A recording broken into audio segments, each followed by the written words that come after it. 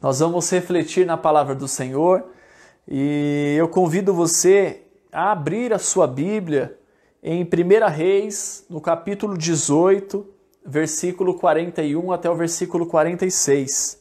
1 Reis, capítulo 18, versículo 41 até o versículo 46. Eu coloquei o título nessa mensagem de Fé em Deus. E diz assim: E Elias disse a Acabe: Vá comer e beber, pois já ouço o barulho de chuva pesada.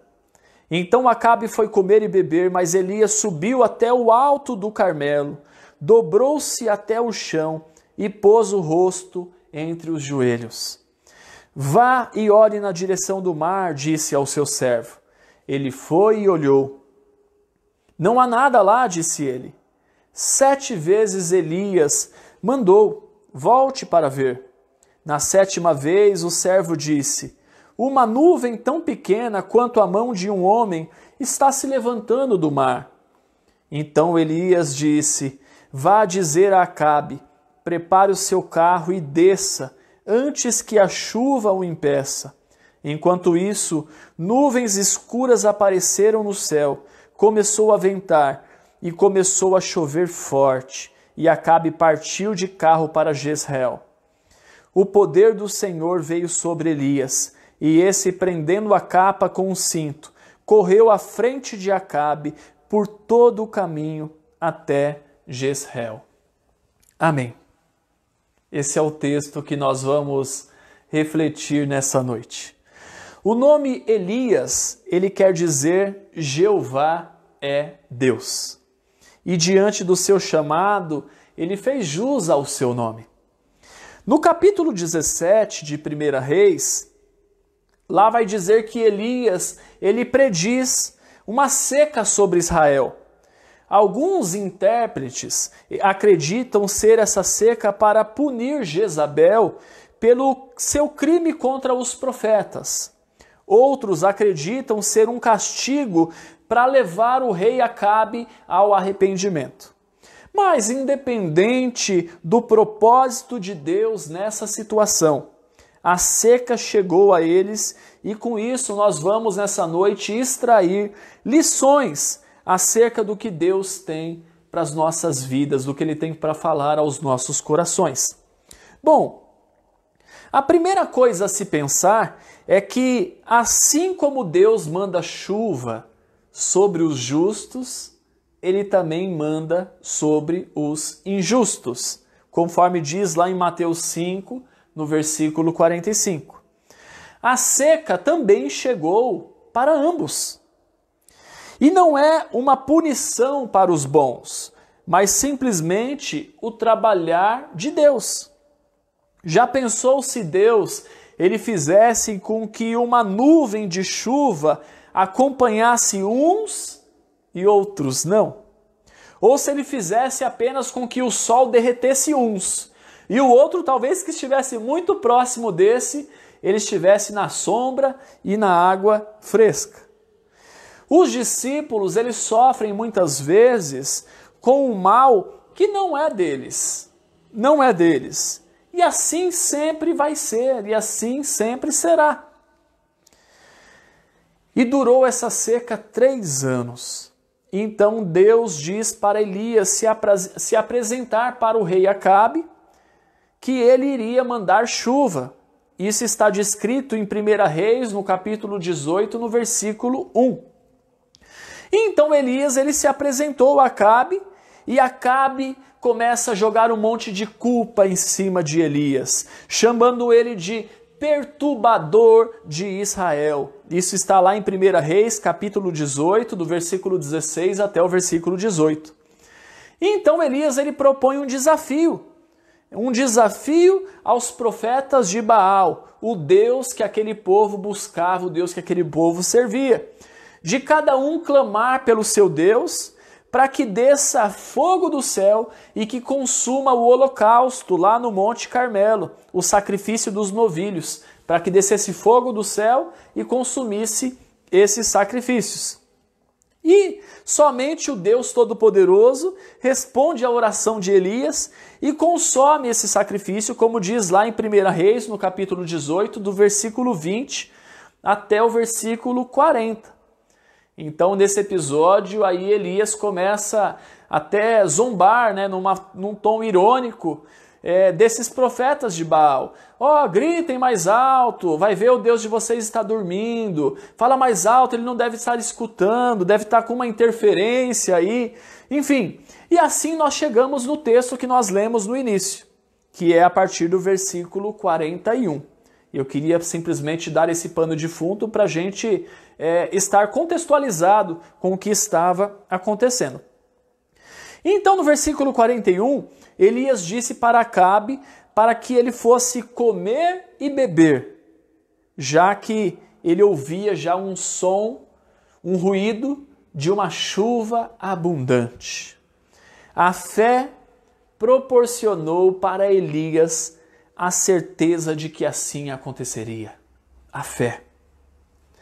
E então, no versículo 42, vai dizer que Acabe fez exatamente como Elias sugeriu. Como você tem agido para que o milagre chegue até você? Como? A nossa vida, ela precisa caminhar na mesma direção das nossas orações. Não adianta nada a gente orar uma coisa e a nossa vida dizer outra coisa completamente diferente. As nossas vidas precisam caminhar na mesma direção. Eu acredito que essa é a melhor explicação do orar sem cessar, até porque nós não conseguimos orar o tempo todo. Não conseguimos. Muitas pessoas, quando passam mais de 10 minutos fazendo uma oração, já ficam desesperados. As nossas vidas precisam caminhar na mesma direção das nossas orações. Conta-se a história de uma garotinha que frequentava a igreja junto dos seus papais. E a terra que eles moravam estava vivenciando uma grande seca sobre aquele local. E com isso, eles já estavam sendo prejudicados por conta dessa seca. E muitos de vocês vão de lembrar que recentemente nós sofremos um perigo semelhante. Muitos lugares começou a ter racionamento, de água, só tinha água em determinado período do dia, outra parte do dia não tinha, porque estavam secas as nossas fontes. E aí, com isso, nessa situação, dessa garotinha, dessa igreja, dessa família e de muitas outras famílias daquela localidade, eles já estavam sendo afetados por conta dessa seca. E então a igreja que eles frequentavam se colocou num propósito de estar clamando a Deus para que viesse chuva àquele local, para que mudasse essa situação. E então eles passaram por esse período de intercessão, dessa busca de Deus, nesse propósito de orar para que Deus mandasse chuva. E aí, cumprindo esse propósito, esses dias estabelecidos, eles marcaram de se reunir numa praça pública para estarem todos orando juntos naquele dia. Para que estivessem orando, clamando a Deus todos juntos, porque então eles estavam orando cada um nas suas casas, quando eles estavam juntos na igreja, enfim. Mas naquele dia eles se colocaram para orar junto numa praça pública. E aí quando o papai e a mamãe dessa garotinha estavam saindo de casa, eles observam que essa garotinha ela está segurando na mão um guarda-chuva. E aí eles perguntaram para essa garotinha: para que você está levando isso? Para que você está levando esse guarda-chuva? Quando ela disse: nós não estamos orando para que venha uma chuva muito grande? Eu estou me preparando para isso. As nossas vidas precisam caminhar na mesma direção das nossas orações. E enquanto Acabe foi fazer a parte dele, comer e beber, Elias subiu para o Monte Carmelo para fazer a parte dele. Ajoelhado com o rosto em terra, clamou para que a chuva viesse. Meus queridos, com isso eu aprendo, e eu espero que você também aprenda, que independente das certezas que nós tivermos na vida, a oração nunca pode faltar. Ela é capaz de fazer com que nós, simples pecadores, continuemos acreditando naquilo que ainda não aconteceu. Isso é a fé. Por mais certo que você esteja de algo, ore, clame, ore sempre ao Deus que proporciona tanto a motivação quanto a realização. Então Elias diz para o seu servo olhar em direção ao mar. E ele foi e voltou 6 vezes, dizendo que não tinha nada, nenhuma nuvem, céu extremamente limpo. Não desista de buscar a Deus por aquilo que Ele coloca no seu coração. E isso pode levar tempo. Então, persevere, meu irmão. Persevere em oração. Nós devemos orar sempre e mantermos a confiança que o milagre, a provisão, a cura, a alegria, a vida, o cuidado para Deus, isso é só um detalhe. Ele pode todas as coisas. Nós devemos ajustar o nosso tempo com o tempo de Deus, nos achegarmos aos pés dele, para que a nossa vontade esteja de acordo com a vontade do nosso Deus. Pois se estivermos com o nosso coração em Deus, nós só iremos buscar e almejar as coisas que são do alto, as coisas que vêm lá de cima, e não coisas simplesmente para o nosso próprio benefício, para o nosso próprio bem, olhando apenas para o nosso próprio umbigo. Nós não seremos egoístas, pelo contrário, nós iremos orar a vontade de Deus, a vontade de Deus para nós, a vontade de Deus para o mundo, que é boa, agradável e perfeita. Como diz lá em Romanos 12, versículo 2, na parte B do versículo. Então não desista, não desista. E então na 7ª vez que o servo vai lá para olhar, ele volta e diz para Elias: eu vejo uma nuvem tão pequena quanto a mão de um homem se levantando do mar. Eu lembro-me de Romanos 12, versículo 12. Alegrem-se na esperança, sejam pacientes na tribulação, perseverem na oração. Então Elias diz para ele ir avisar imediatamente a Acabe, para que ele se prepare e para que ele desça com o seu carro antes que a chuva o impeça. A fé é a certeza daquilo que nós ainda não vemos, e por isso cremos, e por isso é fé. A nuvem era do tamanho da mão de um homem, conforme a descrição dada pelo servo, mas pelos olhos da fé, ele já imaginou essa chuva tão grandiosa, essa chuva tão extrema. Por menor que seja o sinal, por menor que seja o sinal, por menores que sejam as possibilidades, Deus será sempre o Deus Todo-Poderoso, o Criador de todas as coisas, que controla tudo e que nada foge do seu alcance. Algumas coisas acontecem de forma sobrenatural, para que vejamos as mãos de Deus, a mão de Deus no fato. Porém, mesmo no simples da vida, Deus está presente. Ele que cuida, Ele que guia, Ele que sustenta, Ele que livra, Ele que dá o fôlego de vida para continuarmos. Creia nele. Não se assuste com o tamanho dos sinais, porque Ele tem o controle de tudo. O nosso Deus é um Deus todo-poderoso. Então vai dizer lá no versículo 45 que começa ali a chuva, uma chuva muito forte. Acabe entra no seu carro e parte rumo a Jezreel. E então acontece lá o tão esperado, essa chuva abundante. 3 anos. Quanto sofrimento diante dessa seca, que atingiu a todos e até mesmo a Elias, o servo de Deus,